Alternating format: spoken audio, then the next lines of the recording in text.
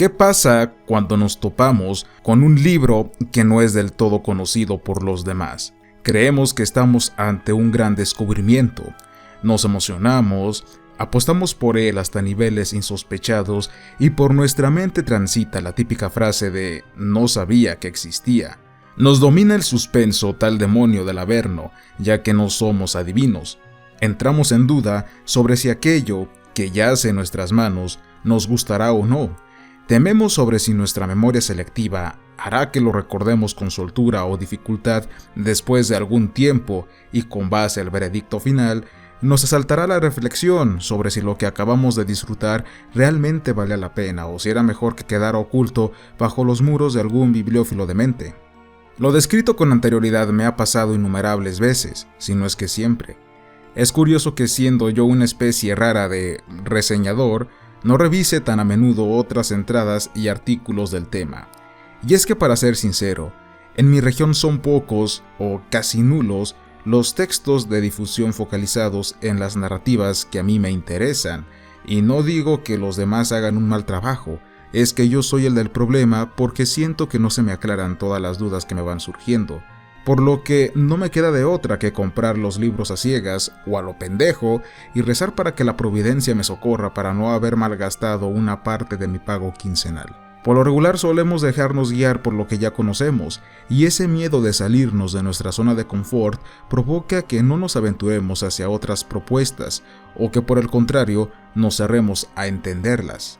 Cuando adquirí el tomo de La bestia con 5 dedos y otros relatos de horror y misterio, experimenté mis ansiedades de una manera más potente por el hecho de que jamás había escuchado hablar de ese autor. O díganme ustedes, ¿quién rayos conoce a William Fryer Harvey?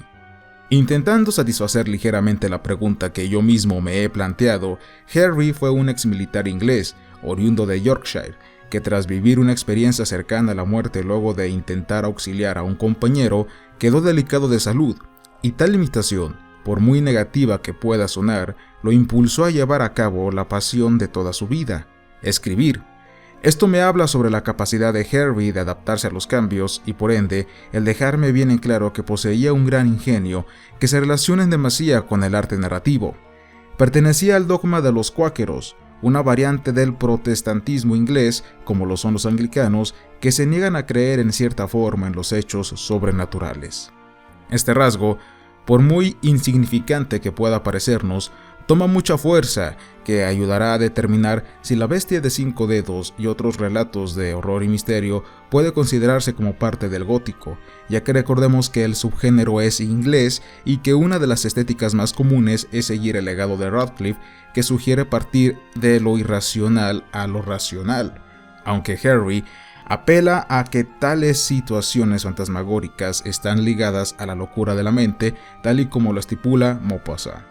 Cuando al fin pude y quise ver comentarios y reseñas del ejemplar una vez terminado de leerlo, me percaté de que varios de mis semejantes hacen la denotación de que Harvey emplea el suspenso para hacernos sentir tensos en lugar de otros elementos más tradicionales del terror, y lo dicen como si estuvieran esperando otra cosa, como si se tratara de algo malo, cuando en realidad hasta Valdemar lo esclarece en el subtítulo que reza y otros relatos de horror y misterio.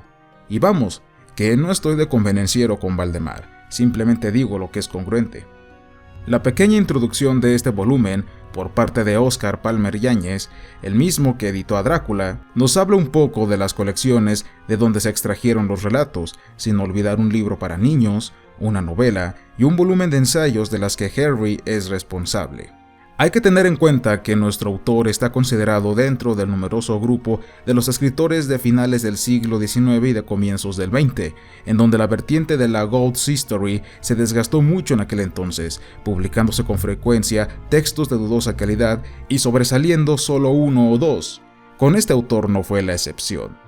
Mi declaración anterior toma cierto fundamento debido a que, luego de 2 años de haberme leído el ejemplar, únicamente soy capaz de recordar, sin mucha dificultad, 3 cuentos de los 18 aparecidos, y resulta curioso que 2/3 partes de mi muestra sean referentes tanto para talleres de escritura o el séptimo arte, lo que deja en claro que no son unos exponentes del todo malos como varios se atreven a decir. A un lector que le agrade leer a Benson, Jacobs o Le Fanu puede que le tome cierto aprecio a Hervey. No obstante, dudo que ese mismo sentimiento se le genere a alguien que sea fanático de Blackwood, Machen o de textos que tiren más por lo pulp. Alerta de spoilers.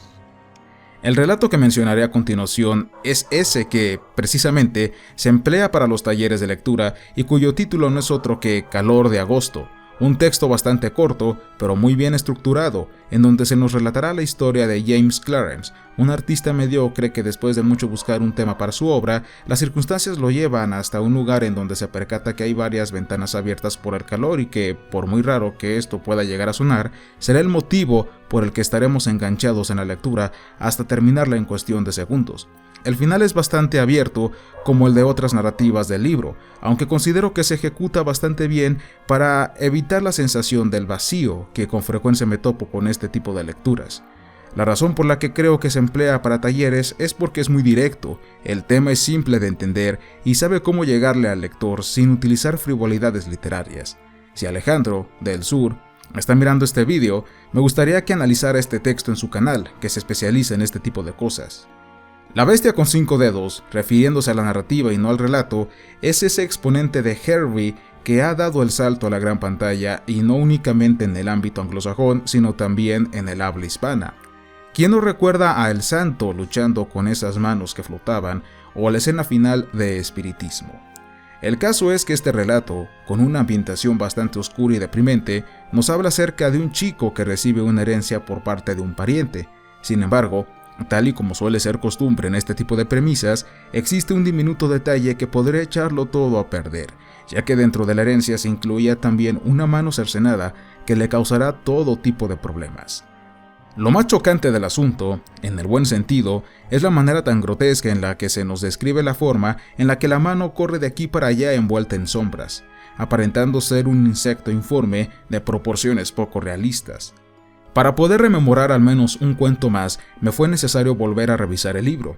Tenía vagamente el recuerdo de una historia que trataba sobre un hombre que sufría una especie de viaje en el tiempo, en el que de pronto se encontraba en una fecha y que de la nada estaba en otra sin siquiera notarlo. La premisa iba más o menos por ese rumbo, pues, en la herramienta, un viajante inicia sus vacaciones que va registrando meticulosamente en un diario solo para darse cuenta que no se encuentra en el día que se supone debería de ser. La primera persona del singular le brinda un aire mucho más envolvente a la historia, ocasionando que nos metamos en la piel del héroe para sufrir la misma interrogante que lo tortura. Por último, en mi lista de predilectos no podría faltar el indiscutible Sambo, un cuento que tiene como trama principal a un infante que recibe una muñeca procedente de tierras exóticas y que, para efectos del desarrollo, se termina desvelando que es demoníaca y que varios sucesos extraños giran en torno a ella. Aquí se maneja un elemento mucho más elevado de suspenso que en el relato estrella, lo que provoca que estemos atentos a lo que hará o no hará Sambo. En definitiva, La bestia con 5 dedos y otros relatos de horror y misterio puede gustar más o menos porque depende de las preferencias de cada uno. Siento que no es un mal libro y que, si no logro acordarme de más historias, no es porque sean malas, sino porque no me pudieron impactar tanto. Hervey es de esos escritores que deben de leerse con mucha calma si no queremos quedar empalagados con sus cuentos. Una vez que se lee Calor de Agosto, la impresión es tanta que es imposible apreciar las otras narrativas dado que apenas hemos digerido la primera. El uso de la primera persona lo vuelve más inmersivo y creo que eso mismo lo hace también algo cansado. Lo recomiendo con el riesgo de que les pueda encantar o dejar indiferentes. Amigos, eso ha sido todo por el momento. Ha sido un placer estar aquí de nuevo con ustedes. Nos vemos y hasta la próxima.